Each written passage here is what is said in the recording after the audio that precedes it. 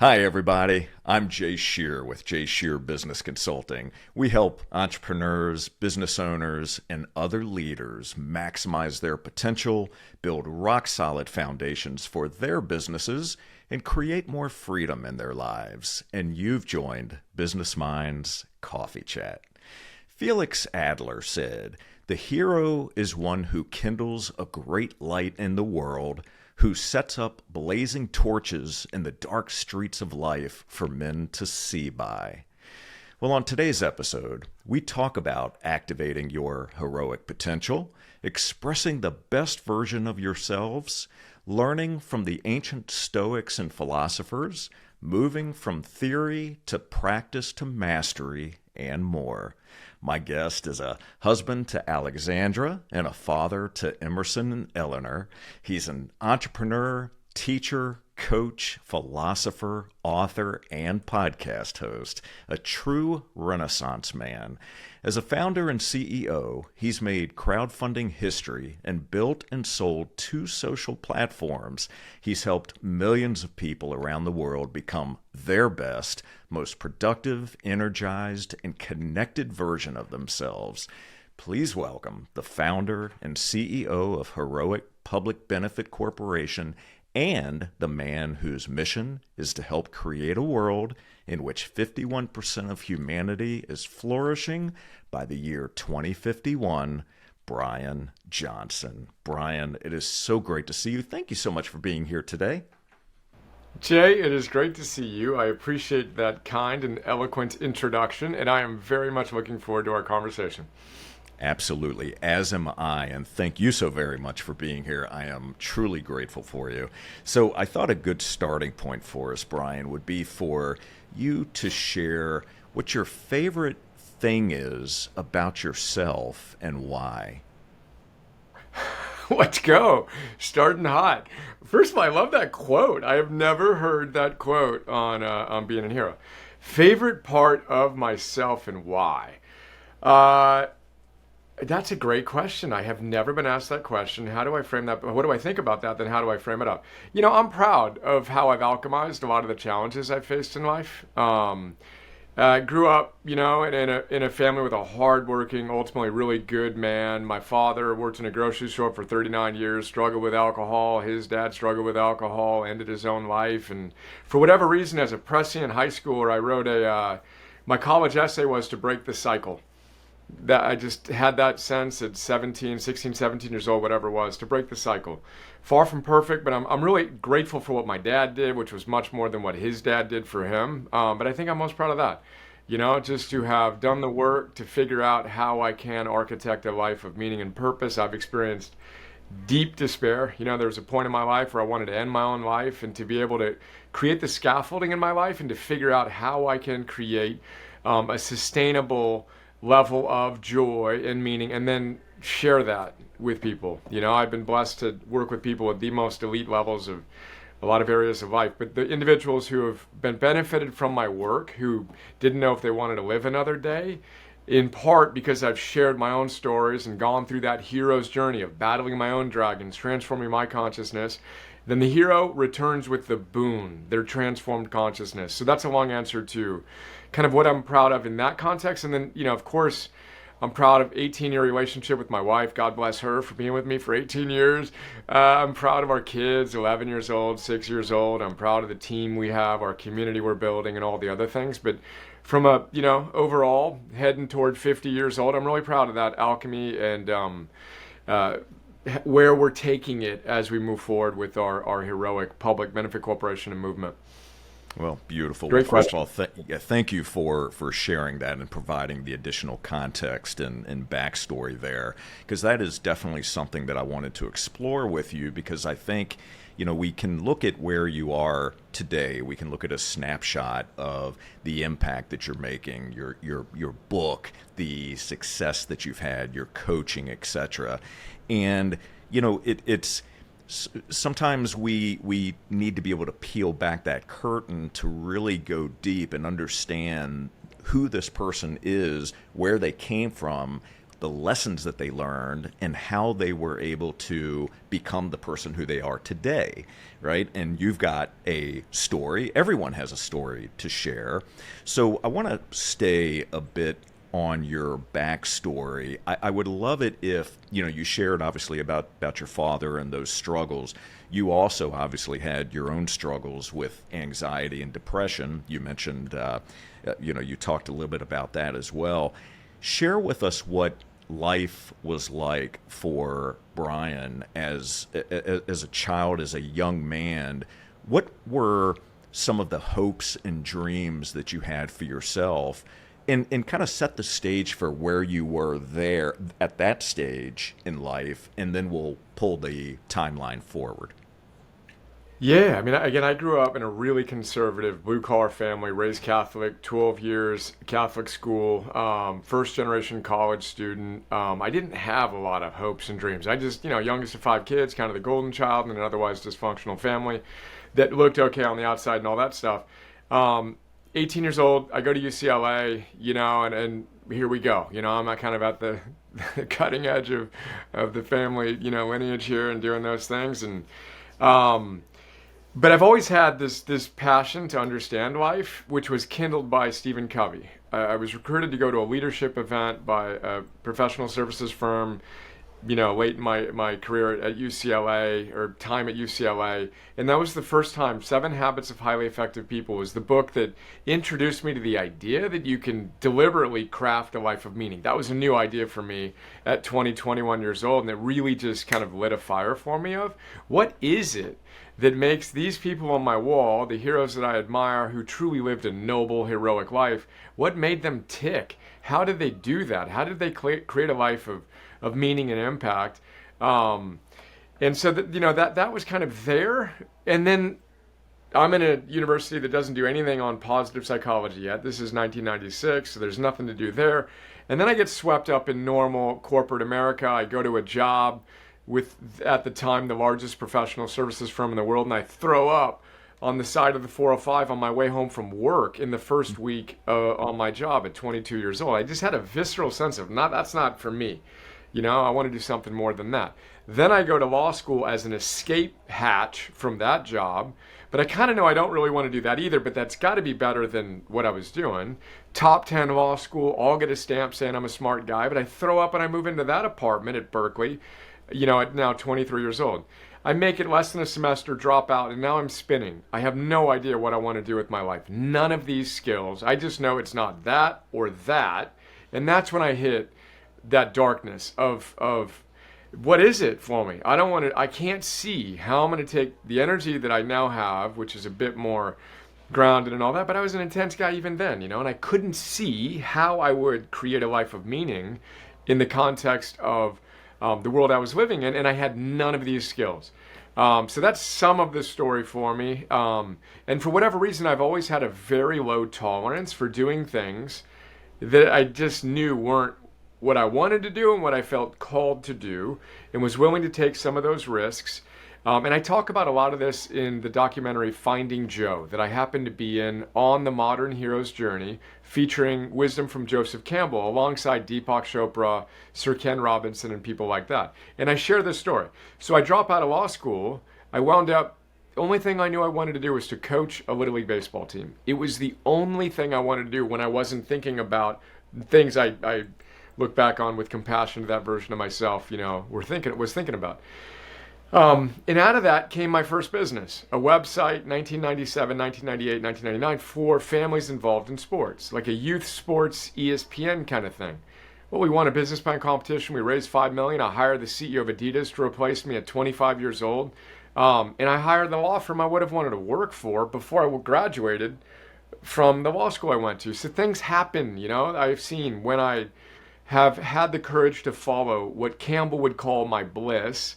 But it's been ugly, and it's really messy, and it's really important. And I love that you're highlighting the fact that you look at my bio and all these things, and you just see straight up and to the right, wow, this dude just had it going on. And I remember getting interviewed by a business student at USC when I was running my first company called E-Teams. And he wrote a 2-page paper on it, and he basically said, yeah, he had the idea, then he did this, then he did that, and it was just highlight reel after highlight reel. It was, I mean, the business was so painful and so messy to create. And there were so many times I wanted to and almost did give up, and all he saw was up and to the right. So I think it's really important to share how hard life is and how hard we need to work to create a life of meaning, and that it's supposed to be hard. And that your story that it shouldn't be is actually the biggest obstacle to you experiencing success. Anyway, hopefully that's some of what you wanted to explore. Knowing I said a lot, I'll pause there. Yeah, no, I thank you for that. I appreciate it. And again, I think it's important for all of us, all of those that are watching and listening right now, to realize that we all go through tough times, right? It's part of the human experience. It's what we learn along the way, what we do with that information, the actions that we take, and that no matter what our situation is in life, we can change, right? We have the ability to change the way we think. We have the ability to change the way we act, the people that we surround ourselves with. And, you, Brian, were fortunate. It sounds like you were very fortunate that a particular book came into your life at the right time, right? Stephen Covey's book. So I'd also like to explore the right people that came into your life at the right time and the impact that those people have had on you as well. So speak to that a little bit. You could highlight maybe one or two particular people, Yep. one of which I certainly know about. But for you personally and through your own experience, who is someone that entered your life at the right time and had the right message for you that just resonated and helped you begin to see things differently? Yeah, again, what a wonderful question. And I've been blessed to have a lot of one-on-one personal mentors, and I've been blessed to have hundreds of mentors in the form of books. So books have been my thing. And I have found, I mean, there's literally hundreds of books that have influenced my life in a very significant way. Obviously, spectrum of some were really catalytic, like Seven Habits. But, I've been a passionate student of ancient wisdom and modern science. And when I read a book, I literally act as if I'm sitting down. And when I was single, back when I had more hair and all that, I'd literally go to Starbucks, and all the time in the world, I'd go to Starbucks and I would literally, I wouldn't get two teas, you know what I mean? But I'd pretend like I was having coffee or tea at the time with the author. So I've always engaged with books as if I was having a conversation with a really wise human being who distilled the essence of, in many cases, their life's work into a book.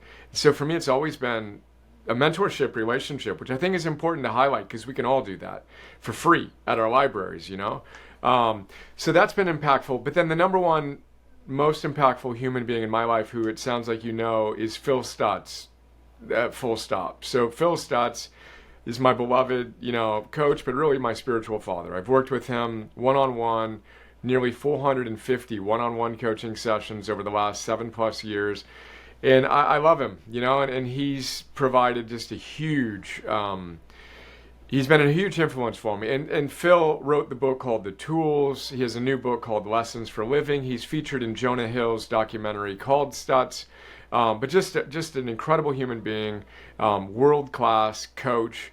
We can talk about what that means for me. But he's by far the greatest influence in my life in general, and particularly over the last decade.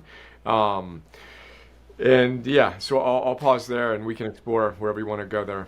Yeah, so let's start with Phil, but then I want to back up to books for a moment because I've got a specific question for you that I think will help our listeners and those that are watching as well. So with Phil, when and how did he enter your life? And if you could also share with us what you have learned about yourself through working with him. Now, I'm sure there's a lot there to unpack, but if you could distill that and kind of think back, I know you keep very detailed notes and notebooks, etc., but think back to the early sessions with him as you were exploring more about who you are. What were some of those early learnings? So how and when did he enter your life, and then what did you learn about yourself?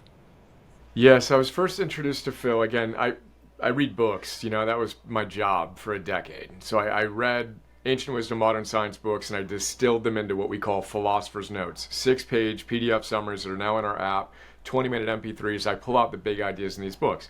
So, I'd read like 50, 60, 70, 100, 110 books a year and distill them into these notes that other people can use to get more wisdom in less time.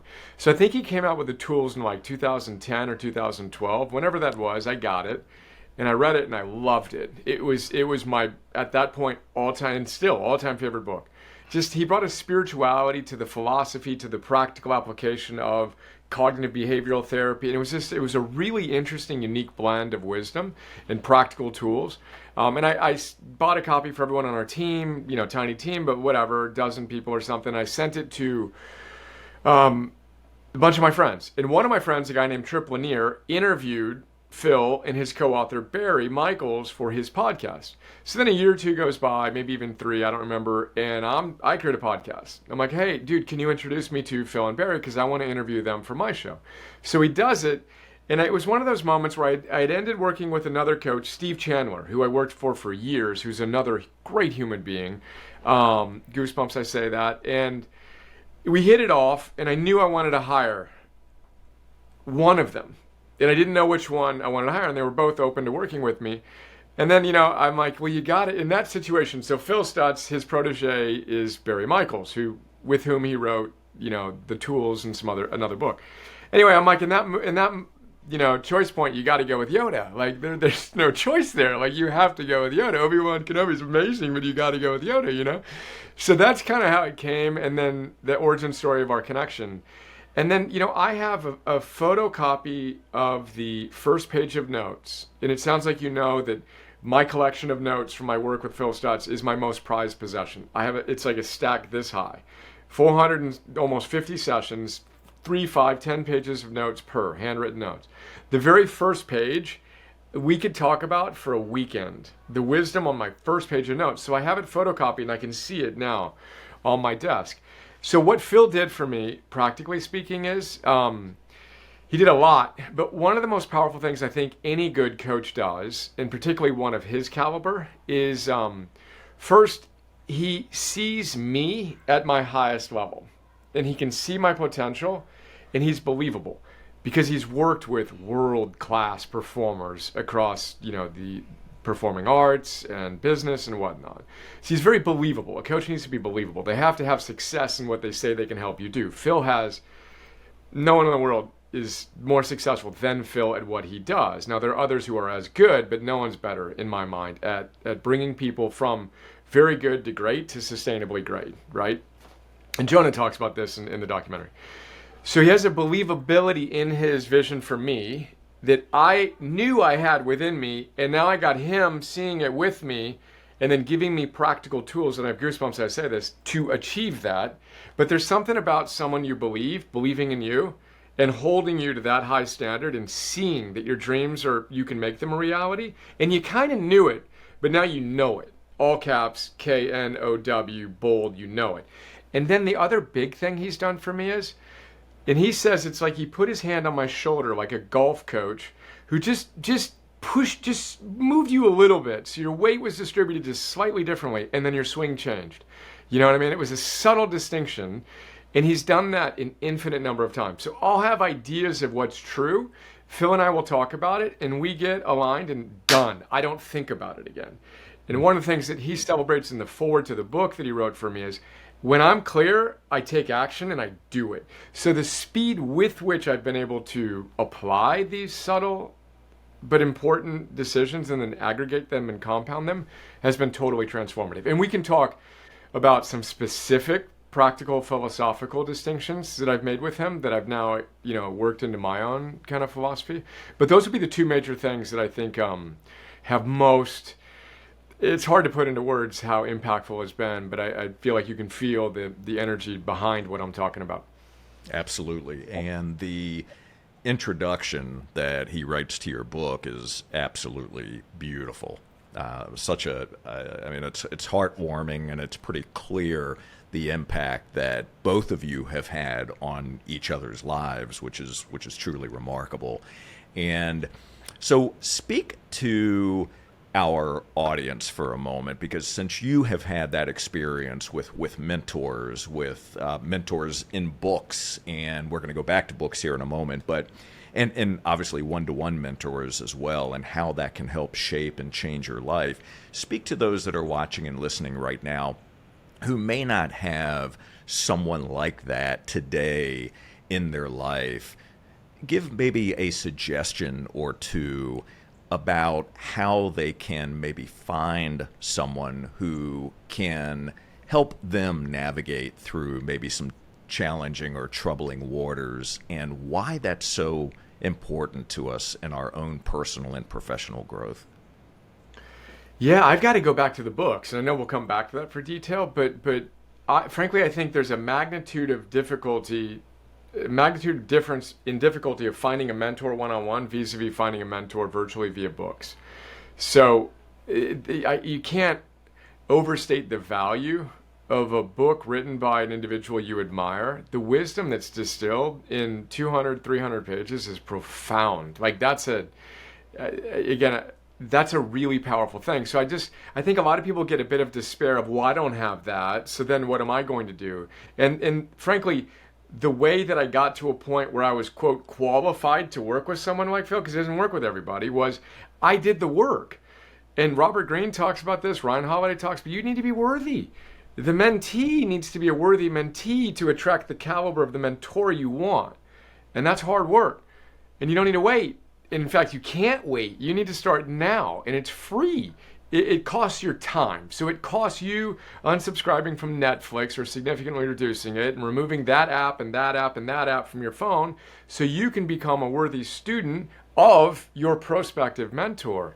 And then to push that forward and then to come back to your question, then you need to make your mentor proud. That's a really, it gets me emotional, you know. Like, I think it was Ryan Holiday who framed it up, and Robert Greene says the same thing. You better make them proud. You got to be worthy of the mentor you want, and then you better practice the philosophy you two create together and have the humility to want to make them proud. You know, that's a huge driver for me that I think is missing. You know, I think we have this sense of entitlement of, oh, I should have this and that. Well, go earn it, and then go continue to earn it, then go pay it back. And then go be a mentor for individuals. That's another really important understated or underappreciated aspect of the whole cycle is, and who was I talking to? Well, you know, I was talking to James Altucher. So last week, James Altucher and I had a chat like this. He's into chess. And of course, in my book, I start with a story of my son who's really into chess. So we just went straight into that. And he was saying that when he talked to, and I think this was on the record, and I don't think he'd mind me sharing it even if it wasn't, but I think this was actually recorded. So he's friends with Frank Shamrock, the great MMA fighter. So when Frank Shamrock was learning new martial arts, he had to learn all of them, right? So when he was learning one he didn't know yet, he would always do a +1, even, and -1. So he would always find someone better than him who could teach him. He'd always find someone who was about his level that he could spar with. And then he'd always find someone who was -1 below him that he could teach. Right? So that idea of having a +1, even, and -1 is huge. But throughout all of it, again, I, as you know, audacious as I am in my ambition and all this, I'm really humble about doing the work and showing up. And every single day, I got to be worthy of being here with you in dialogue and hopefully sharing something that's valuable for someone and hopefully embodying the ideas in my own life, however imperfectly. And now we're kind of going off, but that is how I think about the hero. The hero gets a guide. That's part of the archetype. The hero gets a guide, they get buddies, and then the hero needs to give back as they learn. That's just what everyone does. Harry Potter gets Dumbledore, then he gets Hermione and Ron, and then what do? The hero becomes the guide to the Hogwarts students. That's my entire business model, dude, in a mythological story. Our entire businesses, we train heroes who become guides, who train heroes, who become guides, who train heroes. That's how you change the world. One person at a time, together, starting with us doing the hard work, as you said in the intro, moving from theory to practice to mastery. And then you get the guides wherever you can get them. You know, and if you're blessed to have one in your life, celebrate them, honor them, thank them in word, but more importantly in your actions, and then give back. First of all, I love this. Thank you so much for sharing that. And I'm speaking directly to those that are watching and listening right now. First, you'll see me looking down from time to time. I am taking notes. I take a lot of notes for a couple of reasons. Number one, I want to be able to retain the information. I want to be able to commit it to memory. It's important. And I want to highlight certain things that I may want to ask a question about or pull on a certain thread. But for you, for all of you, I certainly hope that you're taking notes as well, because there is a tremendous amount of value that's already been shared here by Brian, and we're going to continue, obviously, the conversation. But I want each and every one of you to take something away from this that connects with you, that can help you transform your life, that can help you take a specific action. We just talked about mentorship. And I know sometimes that we may look around and we may think, well, I can't find that person, or I don't have that person in my life.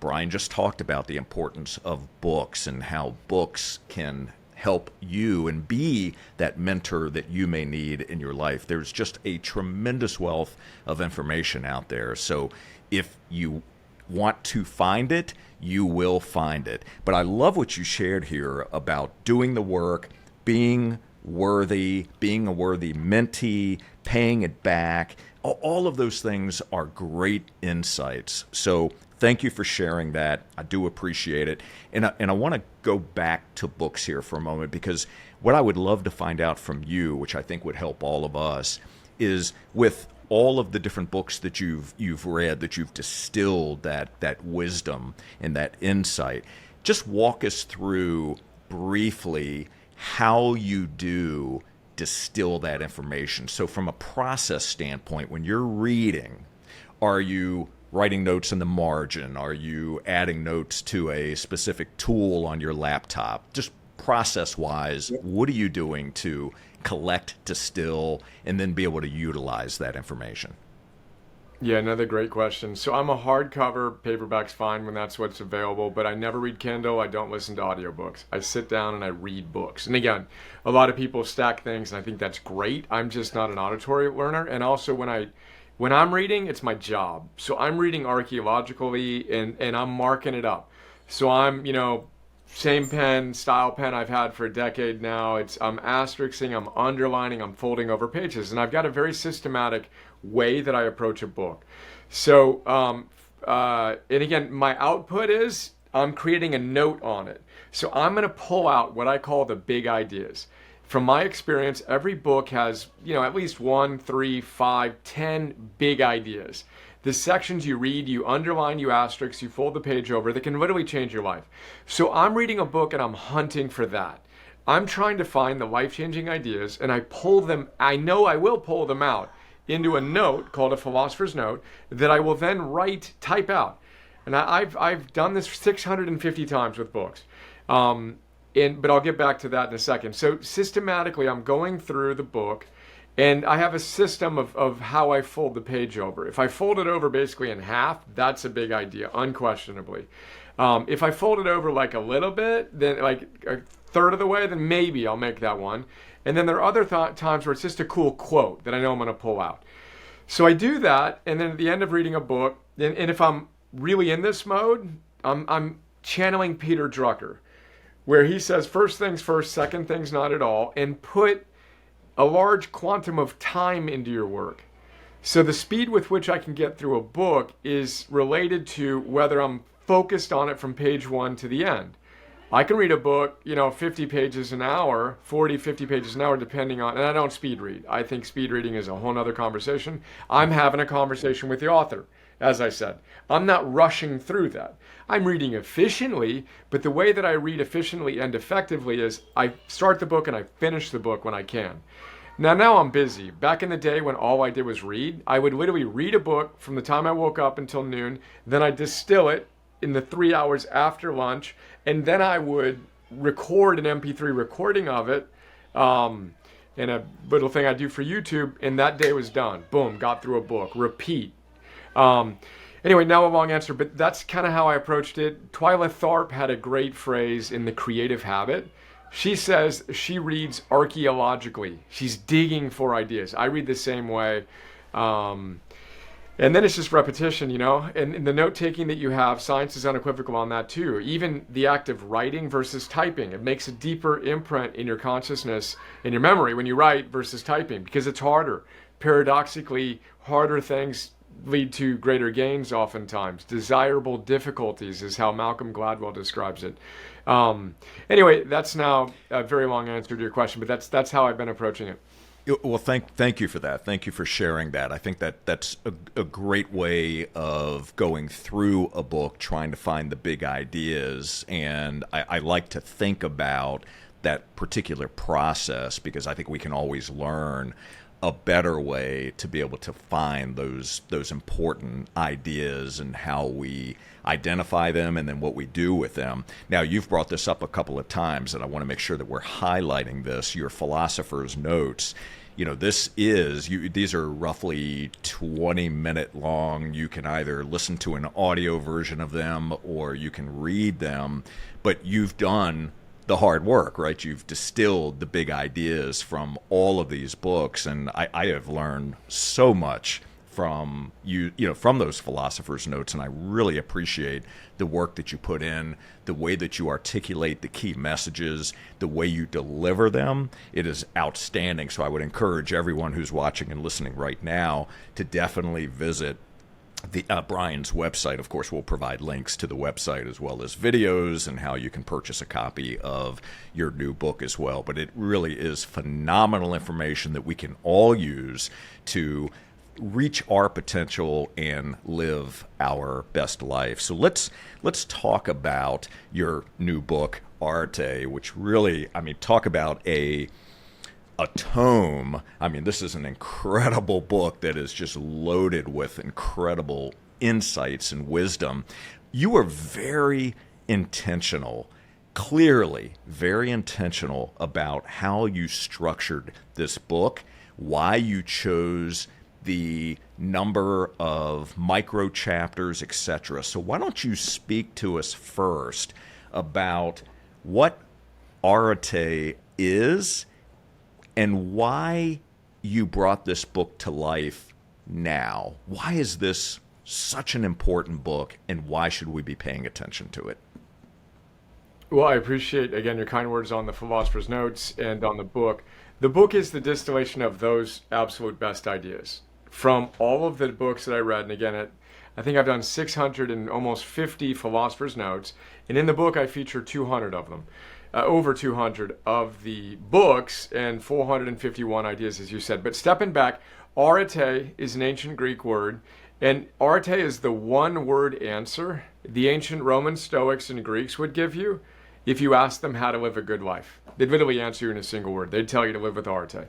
So we translate the word as excellence or virtue, but it has a deeper meaning, something closer to being your best self, moment to moment to moment. And the way I frame it up is, look, if at any given moment you're capable of being this, and I like to draw a line by my eyes, and you're actually being this, and there's a gap, a line, a foot below where you could have been, and who you are actually being isn't who you are capable of being, and there's a gap, it's in that gap in which regret, anxiety, disillusionment, depression exists. And it's simultaneously more nuanced than that, of course, but as simple as that. So when in the moment you close the gap and you express the best version of yourself, you're living with Areté. In that moment, you experience what the ancient Greeks called the summum bonum, the greatest good of life, eudaimonia. And eudaimonia it literally means good soul, eudaimon. We all have this guiding spirit, a daimon. If you pay attention to it and you close the gap and you express that, you experience eudaimonia, which we translate into English as happiness, but it really means that sense of flourishing and expressing your best self. Martin Seligman, the founder of the positive psychology movement, named his most recent book before his autobiography, Flourish. They say the same exact thing. Ancient wisdom, modern science tell us the ultimate purpose of life is to flourish, putting your virtues in action in service to something bigger than yourself, and you do that by living with Areté. So I've had a tattoo for years, Areté on my right forearm, and I had a different title. And I'm getting into the book, and I'm like, I'm 80% done with a book that's a normal book, by the way. So I've got a fluffy, 280 page, 300 page book ready. And I had already walked away from a partnership with a top 3 publishing company because I was arguing with them over 10,000 words. And I'm like, I need some flexibility here. I may want to go a little longer. And I'm like, well, if we're hitting a roadblock here, we got some issues. I'll figure this out. And I took a year off. And then I partnered with a smaller company with whom we created an imprint. And I maintained total creative autonomy, a great partner, Blackstone Publishing. We created Heroic Blackstone Publishing. Unbelievable partnership. They're great. Well, I wound up going from 80,000 that I was debating this one person with, 60 to 80,000. It's a 160,000 word book that has 451 micro chapters. 451 has meaning for me because that's the heat you need to reach. It's an activation energy point. If you want to start a fire, you have to hit 451 degrees in order to ignite paper. Nothing happens before 451. So at activation energy points, one thing becomes another. You want to boil water? You need to hit 212 degrees. One thing becomes another. You want to start a fire? You need 451. So anyway, we wound up saying we're going all in. I want to create a book that has both gravitas and a literal weight to it. It's 1,000 pages long, yet is hyper readable. You can open it up anywhere if you want to. It's structured in a systematic way, but you can open it anywhere. And in 2 pages, 3 pages, you can get, I hope, inspired for that day. So that's now, again, a long answer to how the kind of book evolved. But really excited about it. Grateful to have the support we have had since we launched it, a month and a half ago now as we're recording this. And the response has been wonderful and just really excited about it. Good, as you should be, and I am too, as a reader and as a lover of the work that you put out and that you continue to develop and publish into the world. So there are 3 key areas that I would love us to focus on for a few minutes that I think would be very beneficial to this audience. The first one is forge anti-fragile confidence. The second is master yourself. And then the third is dominate the fundamentals. So let's start with forge anti-fragile confidence. Obviously, we can't cover every area of the book. That's why I chose these 3. So speak to anti-fragile confidence. What does that mean? And what are a couple specific things that perhaps we can do to begin to forge that type of anti-fragile confidence? So Jay, you must be in my mind and in the tattoo studio with me. So I got Heroic and I got a mission I committed my life to on my forearm. Over the new year, I got anti-fragile confidence put on there. So this is actually the aspect of my work that I'm probably most proud of and that I think has had the biggest impact. So this is what, Special Forces operators have me come in and talk about, what sports teams have me come in and talk about, the elite performers, and it's also what helps create scaffolding for people that may want to end their life. It's anti-fragile confidence. So how do you forge it? First, you got to define some terms. What does it mean to be anti-fragile? What does it mean to have confidence? So anti-fragility is a word Nassim Taleb coined, and it's the opposite of fragility. So resilience is better than fragility. If I'm fragile, life hits me hard, I have a health challenge, a work challenge, a relationship challenge, and I break. I go off the rails, I do all the things I know I shouldn't do, the circus comes into town and I wonder what happened. That's fragility. Resilience is, and then you wonder what happened and you blame your circumstances instead of the choices you made in response to those circumstances. Now, resilience is better than fragility. And that, from my mind, means, all right, you can withstand more pain, more uncertainty, more hard work, to quote Phil Stutz, but then you kind of break down, then you bounce back faster than most. Better than being fragile, but not as good as being anti-fragile. What if, when life hit you, you literally got stronger? It's a powerful concept, and it's similar to going to the gym. When you go to the gym, you don't lift styrofoam weights, you lift real weights. You go past where you're currently comfortable training and you get stronger. In the process of pushing through resistance, you get stronger.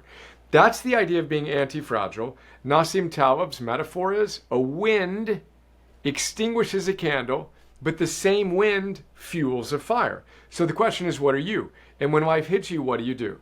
And that leads us to confidence, and then it will lead us to Phil, and I'll combine the two. Confidence, so how do you create that is the next logical question. Well, you need to create confidence. You need to create intense trust that you have what it takes to meet any and all of life's challenges. So confidence comes from 2 ancient words, confidere, and it means intense trust. So if you want to build intense trust in any relationship, what do you need to do? You need to do what you say you will do. You and I had a scheduled time to show up. I showed up. Had I not, you'd give me one pass perhaps, and I'd make an excuse or whatever. But if I did it again, you wouldn't trust me, and you shouldn't trust me. So now here I am trying to build a relationship with myself. And if I say I'm going to do something and I don't do it over and over and over again, I shouldn't trust myself, to put it very directly.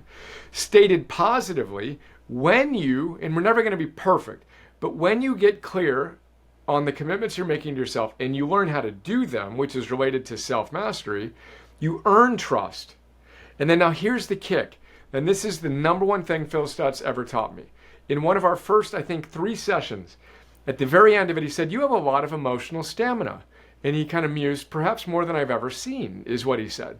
And I'm sitting here thinking, that's amazing. I have no idea what he's talking about, but that sounds pretty awesome, you know?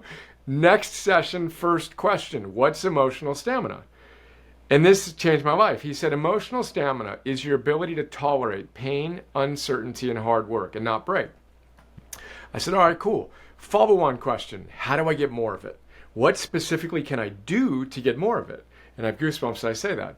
And he said, what has completely changed my life and is the essence of anti-fragile confidence. His emotional stamina is my anti-fragile confidence with some tweaks. He says, look, the worse you feel, the more committed you need to be to your protocol. The worse you feel, the more committed you are to your protocol. Then you build emotional stamina. Then you build anti-fragile confidence. Now that presupposes that you have a protocol, right? So what's your protocol? Your protocol is what you do when you're at your best. So then, practically speaking, for everyone here, the way that I kind of bring that point home is bust out a piece of paper, put a line down the middle, put do on the upper left and don't on the upper right. Write down what you do when you're at your best. Look back in the past and think back to a time. It was a day, a week, a month, a year, a decade, and you were crushing it. You were on. We've all had those moments. What were you doing? And what were you not doing? Then look at your current life and look at the list and see the number one thing that you used to do that you're not currently doing and circle it. And we'll talk about how to go do that. And then what's the thing you're currently doing that you didn't do when you're at your best? Maybe it was drinking or staying up late or fill in the blank, right? Circle that and know that's the fastest way to change your life. Now coming back to anti-fragile confidence. When life hits you, rather than going and doing the circus invitational vicious things that we all do, binge eating, binge watching, binge drinking, etc., to numb yourself and avoid the problems, you say, oh shoot, this is awesome. I'm in the gym. The worse I feel, the more committed I am. What's my protocol? Yeah, I do these things. Boom, I'm doubling down. And the things that used to knock you off become the very things that make you better. The wind extinguished the old candle you, it now fuels the new fire you. Goosebumps. That's literally, what takes the best and makes them better. And it takes the individual that doesn't know if they want to live another day and gives them hope. Because you only need to get 2, 3, 5, 7% better at this to completely change your life. Because you build the scaffolding, you don't go all the way down, you struggle through that hard day, but you do the one thing you could have done that you didn't used to do. And when you're at your best, you refuse to give up gains. So you got to make your prior best your new baseline. And if you've done it in the past, you can do it again. We just need to get systematic about it, which is the next thing you wanted to talk about of how you do that. But as you can tell, this is an idea I'm very passionate about. And clearly, yeah. This is so good. And my friends, I really hope that you are paying very close attention to this. And I would highly recommend that you go back and rewatch this, re-listen to this, refer back to your notes, because man, there's so much great information that's being shared here, and I can feel, Brian, I can feel your passion, right? I mean, it's lighting me up. I can feel it right now. My energy level is at a 10 right now, and I thank you for that. So let's keep going. So master yourself was kind of the next idea that I'd like to focus on. Yeah, so there's an art and science to behavioral change, of course. And James Clear's Atomic Habits is the best-selling book in the world right now, self-development, for a reason. It's a great book. And he distills B.J. Fogg's work and Charles Duhigg's thoughts on it. So I'm passionate about this and translating it, moving from theory to practice. So the first thing I like to teach here is BJ Fogg, Stanford Behavioral Design. A lot of James Clear's work is based on BJ's work. He wrote another book called Tiny Habits. I have notes on all of those books in the app too that you can check out, etc. But basically, the first thing you got to know is when we fail to change our lives, and we're recording this, it's January 11th. So a lot of people set New Year's resolutions they've already given up on. All right, cool. Well, first thing you got to know is you're not alone. That's a common humanity thing, right? So don't shame yourself. Pay attention, and let's see if we can get a little better. But you're not alone. Don't shame yourself. But BJ Fogg says most people, when they fail to change behaviors, think it's a character flaw. They think something's wrong with them. And frankly, all of us have character flaws we need to work on. But he says, think about this. Maybe it's not a character flaw, your failure to change your life and change habits. You're not lazy and all these things. Maybe it's a design flaw. Maybe you haven't been taught how to install and delete habits, because there's actually a very systematic way to do that. So that's my first point, is step back, realize the difference between a character flaw and a design flaw, and then invest your energy in becoming a master at installing and deleting habits. Which again, this is an objective in the book. I spend there's like 100 micro ideas on how to do this in the book, 80, whatever it is. But there's a 1, 2, 3 we can go into on installing and deleting, but I'll pause there because I think that's the first most important thing, and then we can get into the weeds if you want. Yeah, absolutely. So the books that you've referenced, obviously, we'll go ahead and link to those as well because they are all excellent books on replacing bad habits, what the habit loop is, and the specifics behind it. And obviously in Areté, you also go through some great examples in there. So just from a clarification standpoint, so if someone has been able to identify a habit that is holding them back, that's not empowering them, that's keeping them from being able to become the person that they know that they're capable of being, what would be the first recommendation for them once they've identified that this isn't serving me? Yeah, perfect. So then there's a 1, 2, 3 process I'll quickly walk us through. But 0 is get clarity, make the connection. This behavior is doing what you just said, Jay. I'm just not going to show up powerfully. It's like Superman sitting there with a rock of kryptonite. Like good luck. You can add all the things you want to your life, but that kryptonite's right there and it's sucking your power. So make the connection to the person you want to be and how this is not helping you do that. And feel the pain of it. All my growth came from pain. Deep pain we can alchemize in really constructive ways. So make that connection. A lot of ways to do that intensely. But let's assume that you're motivated, you actually want to do it, you don't feel like you're shooting on yourself, to quote Tony Robbins. You want to do it. Then 1, 2, 3. The habit loop you referenced, which Charles Duhigg, BJ Fogg, James Clear I talk about. No behavior starts without a cue, a trigger, or a prompt. So a cue, trigger, prompt kicks off the habit loop, kicks off the behavioral patterns. So if I have a drinking problem, for example, the first thing that I would do is go to my liquor cabinet and throw it away. If I have alcohol visible in my study or in my living room or whatever it is, it's cool to have alcohol displayed these days because I'm a tough guy and I've got this, but I got a drinking problem. Every single time you see that cue, trigger, prompt, your brain is thinking, oh, cool, let's have a drink. Let's have a drink. It starts the loop. So the first thing you have to do if you want to eliminate, delete a bad behavior is make the cue, trigger, prompt invisible, is a James Clear word. Make it go away. Then all of a sudden your brain isn't battling against itself. Willpower scientists say you got to buy your willpower at the store. You don't want to eat donuts. You got a problem with refined foods and sugar or sugary drinks, which is the first thing I'd say you should remove if you got a weight problem or you want to deal with nutritional challenges. Perfect. Stop drinking sugar. Stop eating so much refined foods. Buy your willpower at the store because guess what? Whatever it is you do when you're not feeling great, you're going to do if it's staring at you in your pantry or in your fridge, period. Make it invisible, make it go away, which is related to the second step, which is make it harder to do the thing that you don't want to do.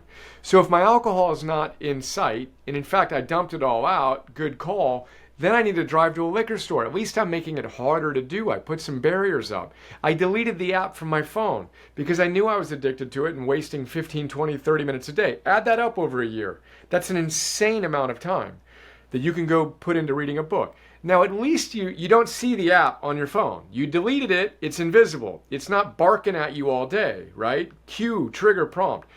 Now you got to go reinstall it, set it back up, and you had to go through a few different steps. You may still do it, and that's fine. And then the third part is you made it invisible, you made it harder, and then when you inevitably fall short in the process of removing it, which you will, then you needs work it is how I frame it up. And this, no one has said this in this way before. I lean on Lanny Basham to bring it into this context. But when you miss a target, you want to look at it and say, well, why? And go back to the moment right when you made a bad choice and you allowed that gap to occur. And use the data to get better. Don't shame yourself. Say, yeah, I was tired.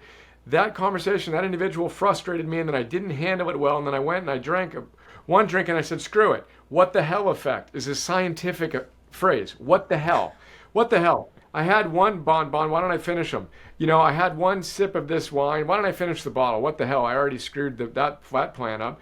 Whatever. But the next day, look at it and don't shame yourself. Look at it and use the data and say, perfect. I'm not wasting that bad day. How can I get better? Oh, instead of drinking, maybe I should dump it out. Maybe I should follow that lead and make it invisible. That would have been a good thing. Then you learn from it. And next time through, you're better. Win or learn. Learning is winning. Let's go. 1, 2, 3. Invisible, hard, and then needs work it. Use the mistakes to get better. Again, obviously, I'm passionate about this, and I'm going quick knowing we're coming up on our time, but that's how I do approach and how I encourage, the coaches we train and everybody else to approach habit deletion. You do the opposite to install, by the way. You make the cue trigger prompt obvious. You trip over the meditation cushion. You trip over your shoes when you wake up. Oh yeah, I'm supposed to work out or meditate. Then you make it easy. You don't say you have to work out for 60 minutes or meditate for 60 minutes. You say you need to meditate for one breath. Easy day. I can do that even if I don't feel like it. And then when you do it successfully, you celebrate it, which BJ Fogg says is the most important thing. You say, that's like me, is what I say. You build a self-image of a person that does what they say they will do. That's like me. That's like me. Every time I do burpees, which is my thing every day, and pull-ups or rows or meditate, I hit a target in our app that we built to do this, and I say to myself, that's like me. I'm the guy that does what I say I will do. Now, I'm not perfect, so when I don't, I erode a little bit, but I know I've got a bank of solid. More often than not, I'm doing the thing I said I would do. But that's a really quick, fun look at the deletion and its opposite, installation. Perfect. That is so good. So I wanted to talk about dominate the fundamentals, but I'm going to leave that one for our audience to find out more specifics around that in the book Areté. Obviously, there's a lot of other areas to explore. There's so much great information in this book. Make sure you go out and buy a copy of it. So, Brian, as we are wrapping up our conversation, I've got 2 quick things for you. One is a question. What is one of the greatest gifts that life has given you that you didn't realize at the time? Yeah, I mean, everything that we talked about with my struggles, starting with my dad and those challenges, no question about it, and then I can give you countless examples of business challenges that in the moment, oh my God, it's catastrophic, but that's when I really developed the strength to be able to handle bigger and bigger challenges. And we want to remember that. You want to remember that we call them hero bars, moments you're really proud of, the main ingredient is challenge. Blood, sweat, tears, pain, uncertainty, hard work. So when you face those challenges, you go, wait. The things I'm most proud of in my life came on the other side of a lot of fear, a lot of overwhelm, a lot of doubt. But somehow I mustered the wisdom and the discipline and the love and the courage to do what needed to get done. Even when I didn't feel like it, then boom, we go do it. But yeah, that I've been given a lot, starting with family of origin. Thank you, heroic gods, for blessing me with those opportunities to grow. There you go. Well, you have definitely turned pain and struggle into purpose. There's no question about that. And we can obviously do exactly the same thing. We find our own purpose and then apply that pain and that struggle right into that. So here's my final really question to you, or an ask. I would love it if you would give all of us, including me, a challenge. What would you challenge us to do? Yeah, I would challenge you, and I appreciate the invitation, to think about the conversation we just had. Some stuff, hopefully resonated. A lot of stuff perhaps didn't. But what's the one thing that jumped out for you that you heard and you're like, yeah, I mean, I know that it's common sense, but I got to make it common practice. I got to do it. What's the one thing you could do right now, concretely, to move from theory to practice to mastery? And my challenge would be, to the extent you feel inspired, go do it. That's how I would approach that. And by the way, you do that all day, every day, and you aggregate and compound those gains, and sometimes you slide back, but you bounce back. Like, everything changes with that attitude. Love it so much. My friends, Areté is the name of the book. Make sure you go out and buy a copy. We'll provide a link in the show notes. Brian, I want to thank you so very much for joining us today on Business Minds Coffee Chat. I have thoroughly enjoyed this conversation. I appreciate you being candid, being open, showing your humanity, and I am truly grateful for you. Thank you so much. Dude, great conversation, great chat. I really appreciate how you facilitated it, and just phenomenal. I appreciate the frame. I appreciate how you allowed me to show up, and bless you. Appreciate you. Continue the great work. Honored to be with you today, and I hope everybody got at least one idea that can take them to that next level. I know they did. Thank you so very much. I appreciate you. How about that? What a fantastic conversation, and I want to thank all of you for watching and listening, and I do have a quick favor. Would you please take a moment to subscribe, rate, and leave us a review on Apple Podcasts? That goes a long way in helping us expand our reach and attract amazing guests just like Brian. And to be able to listen to more episodes, all you need to do is visit jscherbusinessconsulting.com, click that podcast button, and until next time, keep learning and growing. Make sure you go out and buy a copy of Areté and definitely apply the lessons you learn. And we'll see you on the next Business Minds Coffee Chat. Take care, everybody.